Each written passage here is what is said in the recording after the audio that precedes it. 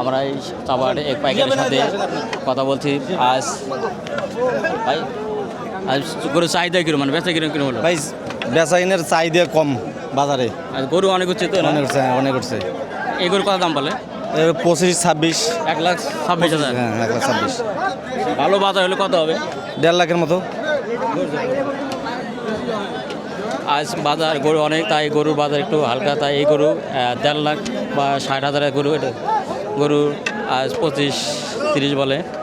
দেখেন বাজার অনেক হালকা এবং কম দাম, তাই পাইকারি যে যারা গরু গৃহস্থ বা যারা গরু নিয়েছে তাদের মন একটু খুবই খারাপ, মানে গরু তারা যেভাবে খরচ করেছে গরুর পিছনে, সেই গরুর সঠিক মূল্য পাচ্ছে না। সঠিক মূল্য না পাওয়ার কারণে তাদের মন একটু খারাপ।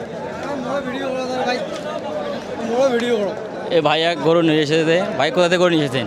জি ভাই, কোথা থেকে গরু নিয়ে এসেছেন? হাতিবান্ধা। হাতিবান্ধা গরু নিয়ে এসেছেন। এই কত বলে এটা? বলে 90-95।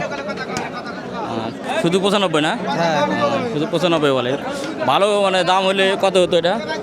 ভালো দাম হলে 125-30 হইতো। আজকে গরু অনেক ওঠার কারণে খুব কম। গরু অনেক ওঠার কারণে আজ বাজার একটু কম। এই গরু 1,20,30,000 আজ 90 বলে, অনেক টাকা লস। তা গৃহস্থ যা অনেক লস দিয়ে তারা গরু বিক্রি করতে চাচ্ছে না।